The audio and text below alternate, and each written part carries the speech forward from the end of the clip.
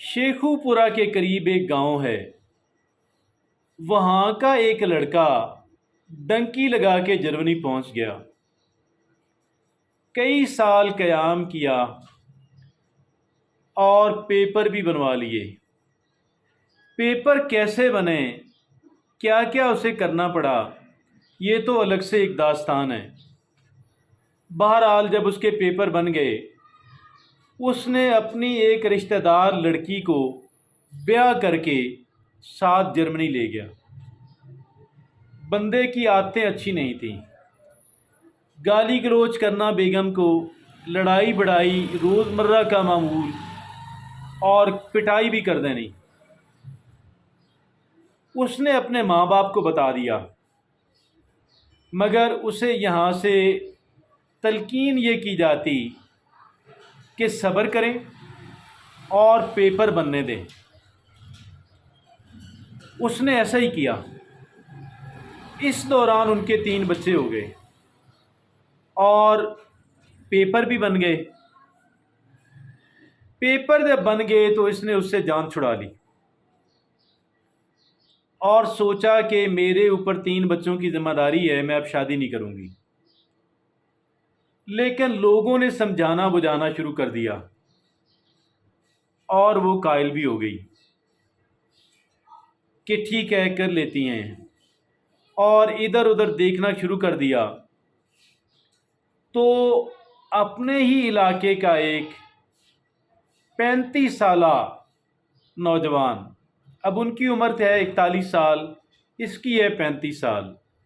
اگرچہ یورپ جانے کے لیے تو لوگ اپنی ماں کی عمر سے عورت سے بھی شادی کر لیتے ہیں، تاہم یہ بات طے ہو گئی، اور وہ بڑے اچھے، بڑے خوش لباس، بڑے خوش اخلاق۔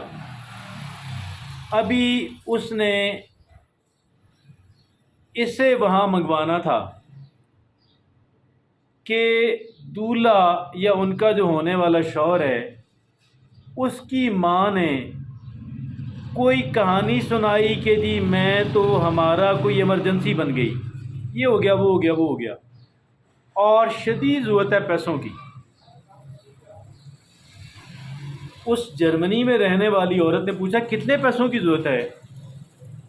تو اسے بتایا گیا کہ 35 لاکھ کی ضرورت ہے۔ اس نے کہا چلیں کوئی بات نہیں، اب میری ساس ماں ہے، اسے پیسوں کی ضرورت ہے، دے دیتے ہیں، اور دے دیے۔ اپنی گویا اس پروگرام میں لگی رہی کہ میں کیسے اپنے منگیتر یا پیپر نکاح کر کے تو ٹیلی فونک نکاح کر کے میں سے کیسے بلاؤں گی۔ اب کچھ ہی ہفتے گزرے، اس نے مزید پیسے مانگنے شروع کر دیے کہ کام نہیں بنا اور مزید پیسوں کی ضرورت ہے۔ جرمنی میں رہنے والی عورت نے پوچھا اور کتنے پیسوں کی ضرورت ہے؟ تو اس نے بتایا کہ 40 لاکھ اور ضرورت ہیں۔ یہ سن کے تو بہت پریشان ہوئی اور سوچ بچار شروع کر دی، کچھ انکوائری شروع کر دی، تو پتہ لگا کہ یہ سارے فراڈ ہیں۔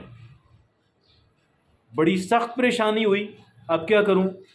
35 لاکھ لینا چاہے، لیکن انہوں نے کہا کہ جی پیسے ہوں گے تو دے دیں گے۔ نہ ان کے پاس ہونے، نہ انہوں نے دینے، ہو بھی جائیں تو نہیں دینے، یہ ہیں ہی نوسر باز۔ بڑی دل برداشتہ ہوئی اور سوچا کہ میں نے اپنے تئیں جو فیصلہ کیا تھا شادی نہ کرنے کا، وہ بالکل ٹھیک فیصلہ تھا۔